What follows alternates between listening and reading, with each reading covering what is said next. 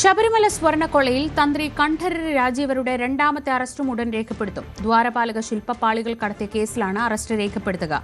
അറസ്റ്റിന് തടസ്സമില്ലെന്ന് കോടതി വ്യക്തമാക്കിയിരുന്നു. തന്ത്രിയുടെ വീട്ടിൽ നിന്ന് കണ്ടെടുത്തത് യഥാർത്ഥ വാജിവാഹനമാണോ എന്നതിൽ SIT വിശദ പരിശോധന നടത്തുകയാണ്. ദേവസ്വം ബോർഡ് മുൻ അംഗം ശങ്കരദാസിന്റെ മുൻകൂർ ജാമ്യാപേക്ഷയിൽ കൊല്ലം വിജിലൻസ് കോടതി ഇന്ന് വിധി പറയും.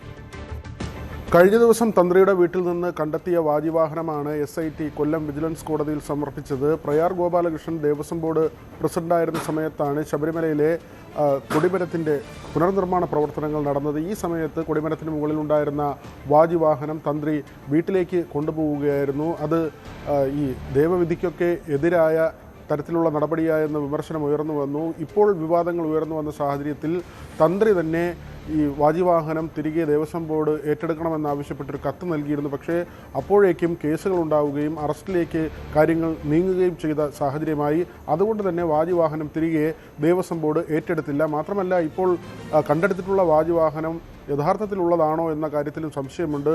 യഥാർത്ഥ വാജിവാഹനം ഈ സ്വർണ്ണക്കടത്തുമായി ബന്ധപ്പെട്ട് മറ്റ് ഏതെങ്കിലും രാജ്യത്തിലേക്ക് കടത്തിയോ എന്ന തരത്തിലുള്ള ചില സംശയങ്ങളാണ് ഉയർന്നു വരുന്നത്. അങ്ങനെയെങ്കിൽ ഇപ്പോൾ കണ്ടെടുത്തിട്ടുള്ള വാജിവാഹനം യഥാർത്ഥമല്ല. പിന്നീട് വിവാദങ്ങൾ ഉണ്ടാകുന്ന സമയത്ത് വീണ്ടും ആ തരത്തിൽ ഒരു വാജിവാഹനം നിർമ്മിച്ച് തന്ത്രിയുടെ വീട്ടിൽ വെക്കുകയായിരുന്നു എന്ന തരത്തിലുള്ള ആരോപണങ്ങളാണ് ഒരു വശത്ത് ഉയർന്നു വരുന്നത്. മാത്രമല്ല, നേരത്തെ കട്ടളപ്പാളി കേസിലാണ് തന്ത്രിയുടെ അറസ്റ്റ് രേഖപ്പെടുത്തിയതെങ്കിൽ ദ്വാരപാലക ശില്പങ്ങളുടെ പാളികൾ കടത്തിയ കേസിലും അറസ്റ്റിന് തടസ്സമില്ലെന്ന് കോടതി വ്യക്തമാക്കിയിട്ടുണ്ട്. ഇപ്പോഴും തന്ത്രി റിമാൻഡിൽ കഴിയുന്ന സാഹചര്യമാണ്. അങ്ങനെയെങ്കിൽ മറ്റൊരു അറസ്റ്റ് കൂടി ഉണ്ടാവുകയും വീണ്ടും കൂടുതൽ റിമാൻഡ് എന്ന നിലയിലേക്ക് കാര്യങ്ങൾ എത്തുകയും ചെയ്യും.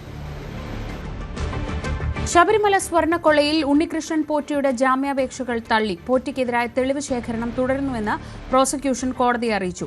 2 കേസുകളിലെ ജാമ്യാപേക്ഷയും കോടതി തള്ളി. 3 മാസമായി ജയിലിൽ തുടരുന്നുവെന്നും ജാമ്യം അനുവദിക്കണമെന്നും പ്രതിഭാഗം വാദിച്ചു. എന്നാൽ ഇനിയും തൊണ്ടി മുതൽ കണ്ടെടുക്കാനുണ്ടെന്ന് SIT കോടതിയെ അറിയിച്ചു. ഇത് അംഗീകരിച്ചാണ് ജാമ്യ ഹർജി തള്ളിയത്. കൊല്ലം വിജിലൻസ് കോടതിയാണ് ജാമ്യാപേക്ഷ തള്ളിയത്.